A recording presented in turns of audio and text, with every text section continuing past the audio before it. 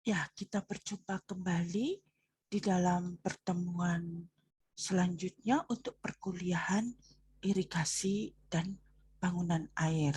Ya, baik, saya akan share screen.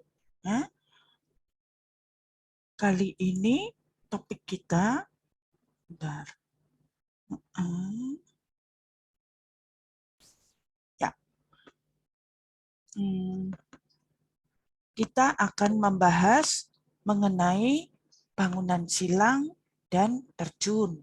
Ya, apa itu bangunan silang? Apa itu bangunan terjun? Nah, kita simak dulu itu bangunan silang. Ya, bangunan silang pada prinsipnya adalah bangunan yang menyilang satu sama lain. Ya, nah, jadi yang nyeberang begitu. Ya, nah, yang pertama disebut sipon. Sipon itu yang bagaimana? Sipon itu yang jadi saluran dia mau nyebrang, nyebrang jalan. Nah dia sebidang. Wah nyebrang ya nggak bisa.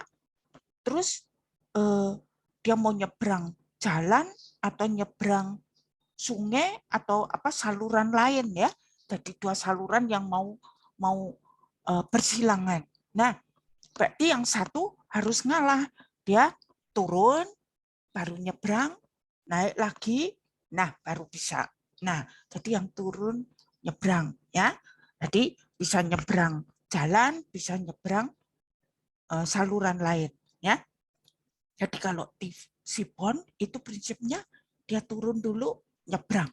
Nah, bisa turun dulu nyebrang gimana? Yaitu pakai pipa ya. Berarti dia disambung dengan uh, aliran dalam pipa. Nah, beda dengan gorong-gorong. Kalau gorong-gorong bisa langsung saja nyebrang, ya. Cuman ada lubangnya begitu, tetapi dia tetap saluran terbuka. Nah, jadi beda sipon dan gorong-gorong begitu. Nanti kita lihat gambarnya. Nah, kalau talang, talang itu nyebrangnya berarti dia nyebrang tapi yang satunya ada di bawah. Misalnya saluran mau nyebrang sungai atau nyebrang jalan raya, tapi jalan rayanya di bawah. Jadi dia kayak jembatan begitu, tapi jembatan saluran air. Nah, itu disebut talang. Nah, kalau alur pembuang yaitu dari saluran dia apa? Nembus suatu tanggul untuk dibuang. Nah, itu ya. Sekarang gimana itu gambarnya? Nah, ini kita lihat sipon. Jadi sipon itu cirinya dia mesti turun begini ya. Jadi di sini airnya full ya, airnya full. Nggak mungkin nggak full ya toh. Ini kan beda tinggi ya. Jadi di sini dan di sini harus ada beda tinggi. Kalau nggak ada beda tinggi nanti ya dia nggak bisa ngalir ya. Jadi dia misalnya dari sini dia akan di sini tingginya lebih tinggi, akan ini airnya masuk ke sini. Jadi di pipa ini full air. Nah, maka dia akan bisa ngalir ke sini karena ini beda tinggi, dia di sini terus langsung ngalir selanjutnya. Nah, ini ciri khas sifon ya. Nah, kecepatan air nggak boleh kencang-kencang antara 1,5 sampai 2 meter per detik. Diameternya ini minimal ya, nggak boleh kecil-kecil ya. Nah, kalau kecil kenapa? Kalau kecil nanti gampang tersumbat ya. Jadi minimal 20 cm. Nah, ya ini. Kemudian ini ya. Ini gambar juga ini sipon ya. Jadi prinsipnya itu aliran dalam pipa ya. Jadi itu tuh mau ambil air dimasukkan ke sawah. Ah, itu kamu kalau suka main-main itu main-main mau apa kuras akuarium gitu ya. Nah, itu kan kamu sedot begitu, habis itu kamu ini kan dia akan ngalir ya. Jadi prinsipnya adalah aliran dalam pipa itu sipon ya. Nah, nah di situ ada kehilangan energi. Kehilangan energinya akibat gesekan jadi sepanjang pipa itu ya. Kemudian ini kalau kamu sudah belajar hidrolika ini ada ya. Kemudian kehilangan energi akibat gesekan atau panjang pipa ini biasa disebut juga kehilangan energi mayor yang besar. Nah, kalau peralihan ini yang kecil-kecil ya. Jadi dia beralih dari lurus ke miring begitu. Nah, itu yang kecil-kecil ya. Nah, terus ini gorong-gorong. Tadi saya bilang kalau gorong-gorong jadi beda sipon dan gorong-gorong.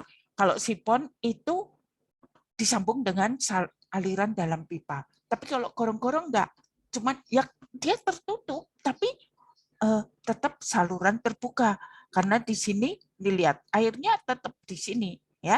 Nah ini airnya tetap tidak full ya.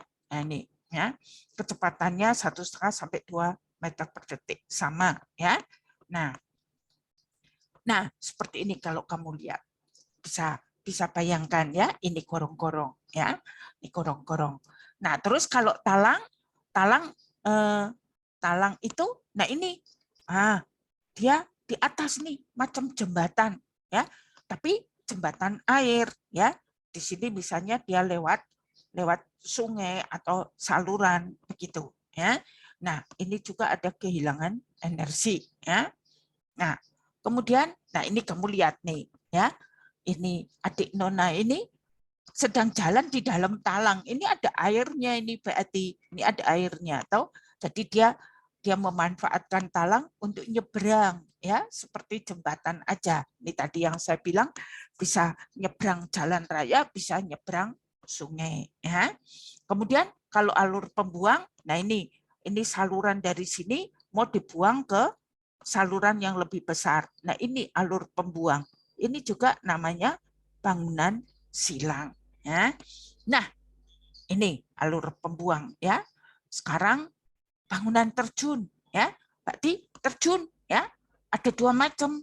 Terjunnya bisa miring begini, terjun pelan-pelan atau terjun langsung begitu kan. Nah, kenapa ada bangunan terjun?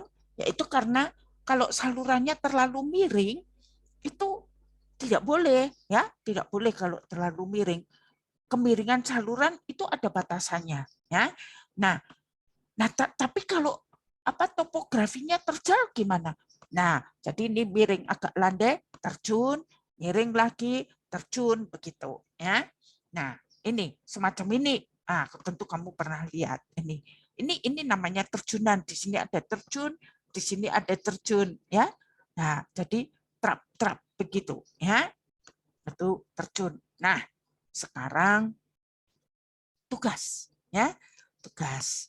Tuliskan dan jelaskan yang dimaksud dengan bangunan silang dan bangunan terjun. Tadi sudah saya jelaskan toh ya. Terus hal-hal apa sajakah yang perlu diperhatikan dalam perencanaan bangunan tersebut?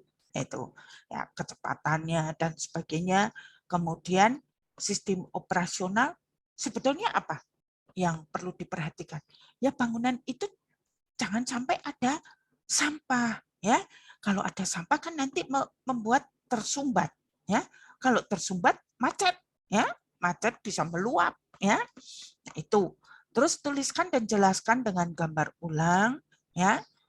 Jadi gambar ulang ya, gambar ulang macam-macam bangunan silang dan bangunan terjun.